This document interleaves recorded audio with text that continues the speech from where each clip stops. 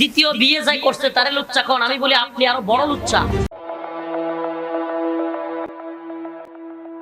রফিকুল ইসলাম মাদানির দ্বিতীয় বিয়ে নিয়ে মুখ খুললেন হাসনাত আবদুল্লাহ। শুরু নতুন বিতর্ক।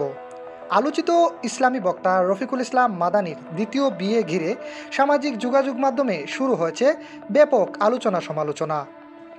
প্রথম স্ত্রী থাকা অবস্থায় দ্বিতীয় বিয়ে করার বিষয়টি প্রকাশ্যে আসার পর নিজের অবস্থান ব্যাখ্যা করে মাদানি বলেন, আল্লাহর ভয় এবং গুনাহ থেকে নিজেকে দূরে রাখতেই তিনি এই সিদ্ধান্ত নিয়েছেন। নিজের বক্তব্যে তিনি আরও উল্লেখ করেন, বর্তমান সমাজে অনেকেই বিবাহিত হওয়া সত্ত্বেও গোপনে হারাম সম্পর্কে জড়িয়ে পড়েন। তিনি সেই পথে না গিয়ে ইসলামের বিধানের মধ্যেই হালালকে আঁকড়ে ধরতে চেয়েছেন বলেও দাবি করেন। তবে মাদানির এই বক্তব্যের কড়া সমালোচনা করেছেন এনসিপি নেতা হাসনাত আবদুল্লাহ।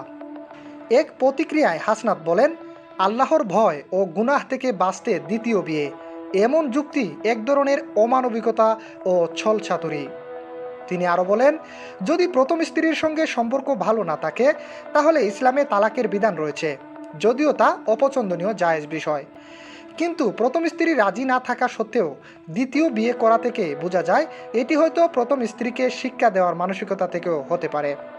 হাসনাত আবদুল্লাহ প্রশ্ন তুলেন, ইসলামের দৃষ্টিতে দ্বিতীয় বিয়ের ক্ষেত্রে প্রথম স্ত্রীর সম্মতি নেওয়া উত্তম, এ বিষয়টি মাদানি জানেন কিনা? এদিকে হাসনাতের এই মন্তব্য মুহূর্তেই ছড়িয়ে পড়ে সামাজিক যোগাযোগ মাধ্যমে। নেটিজেনদের একাংশ তার বক্তব্যকে সাহসী ও ইতিবাচক হিসেবে দেখছেন, আবার অন্য একটি অংশ মনে করছেন এটি ব্যক্তিগত বা রাজনৈতিক প্রতিক্রিয়ার বহিঃপ্রকাশ হতে পারে। কারণ এর আগে রফিকুল ইসলাম মাদানি এনসিপির কয়েকজন নেতাকে নিয়ে বিতর্কিত মন্তব্য করেছিলেন বলেও আলোচনা রয়েছে। বর্তমানে বিষয়টি নিয়ে সামাজিক যোগাযোগ মাধ্যমে চলছে তুমুল বিতর্ক। কেউ মাদানির সিদ্ধান্তকে ব্যক্তিগত অধিকার হিসেবে দেখছেন, আবার কেউ হাসনাতের বক্তব্যকে নারীর মর্যাদা ও পারিবারিক ন্যায়ের পক্ষে অবস্থান বলে মনে করছেন।